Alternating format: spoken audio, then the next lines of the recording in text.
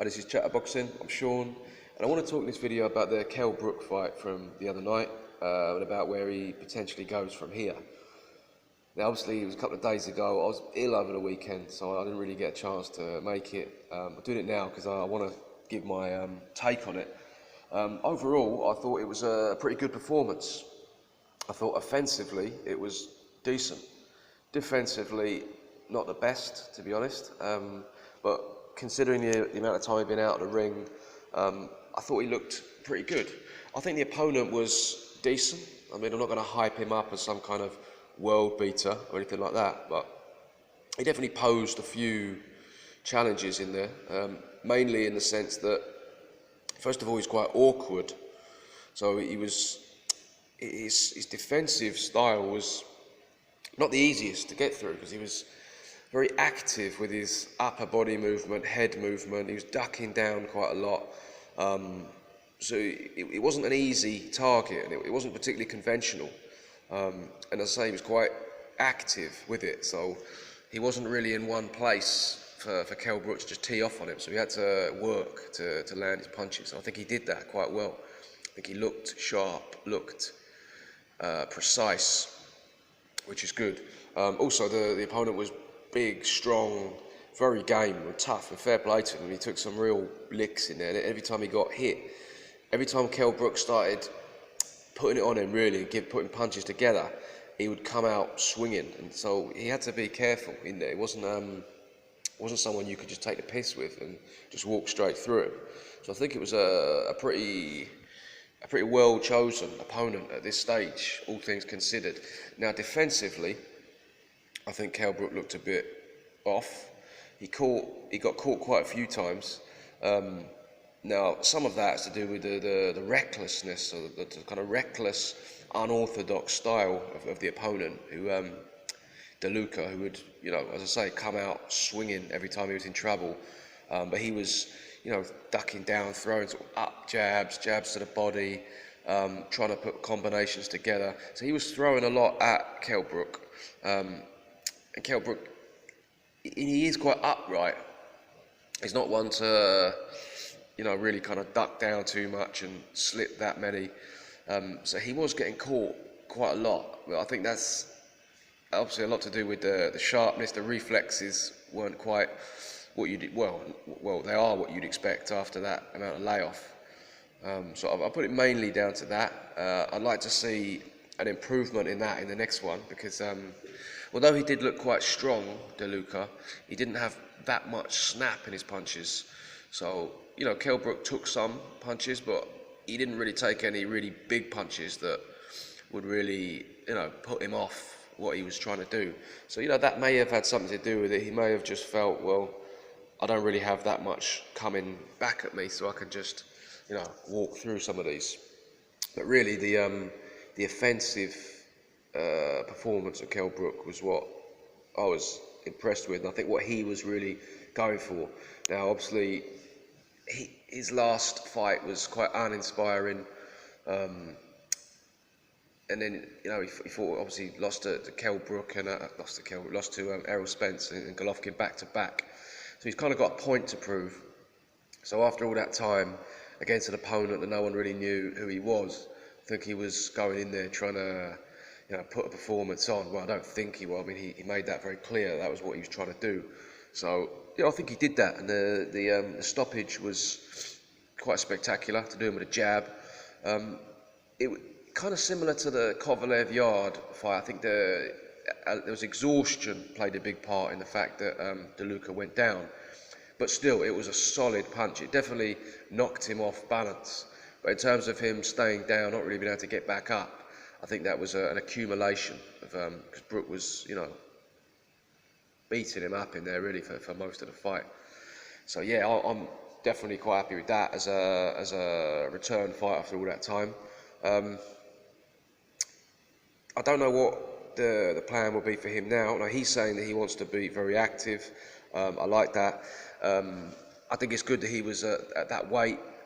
Light middleweight, because obviously the last fight was at light middleweight, but if you remember, he came in weighing about 150, so between the two, Obviously thinking, well, might go down to welterweight, might go up to light middleweight, keeping his options open. And obviously he was with the trainer as well, John Fuchs. So this time back with Dominic Ingle, which is a positive. Looking comfortable at the weight. So I definitely wouldn't like to see him go back down to welterweight. I don't really see the point. Amir Khan, he's not going to fight him. That's just never going to happen. Errol Spence probably will move up at some point to light middleweight anyway. I'll tell you one fight I actually would like to see, because I wanted to see it years ago. It never happened. Keith Thurman. Now, I wouldn't like to see it at welterweight. I prefer to see Kell Brook stay at light middleweight. But Keith Thurman, I mean, doesn't look like he's going to be staying at welterweight for that much longer either. So that's potentially something he could do. But yeah, the point is, he was at light middleweight, which for me is a good weight for him. If he can stay on that, then, you know, he looks like he could be pretty sharp. The options going forward, it's quite wide open, really, that division, isn't it? I mean, you've got, obviously, Jamel Charlo, you've got Jason Rosario, the new unified champion. You still got people like Jared Hurd up there. I can't remember, what's the other bloke? I can't remember, is that Teixeira? Is it Patrick, the other champion? So then you've still got, you know, some pretty good contenders, people like Tony Harrison, Julian Williams, obviously still up there. Liam Smith, you got some decent names up there. Now, Kell Brook, I think, is going to be exactly the kind of person that would find it quite easy getting a voluntary shot. He's a big name. People are going to think, well, he's come up from welterweight, he's been injured, he's past his best. So he's a typical person now at this stage of his career that people think, yeah, I want to fight against him. So I wouldn't be surprised if he gets offered a shot by one of these opponents, one of these like champions.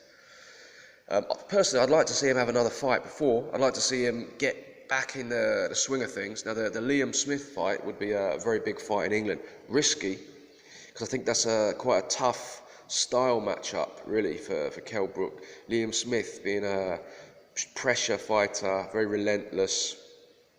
We've seen Kell Brook struggle with pressure fighters in the past, just in terms of the stamina. Now, being at light middleweight instead of welterweight, where he was sort of struggling to make the weight for a very long time, might play a part in that.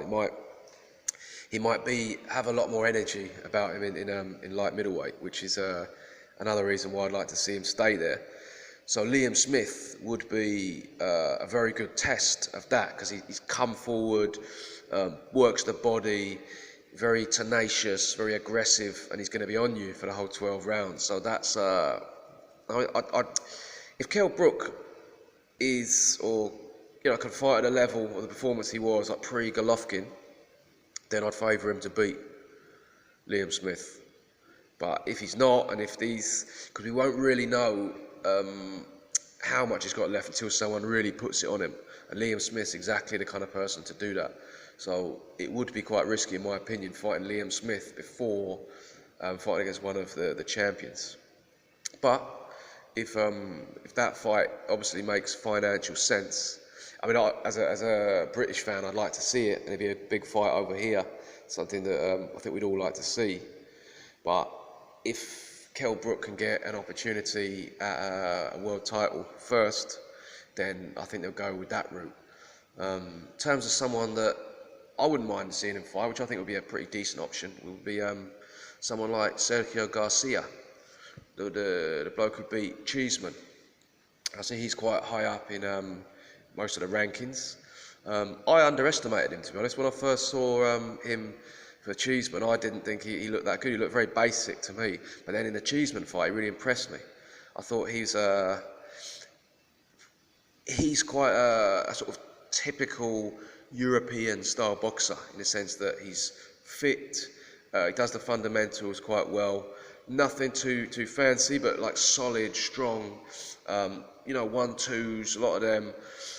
I think that would be quite a good opponent for Kell Brook in terms of seeing where he's at, in terms of the fitness, fighting against a pretty game opponent. I'd expect Kell Brook to win, but I'd expect it to be quite physically demanding, a bit less so than Liam Smith. So I personally, and also he's relatively well known in the UK after beating Cheeseman. There's not really a big boxing scene in Spain, so I'm sure he'd be quite happy to fight against Kell Brook, make a big payday in the UK.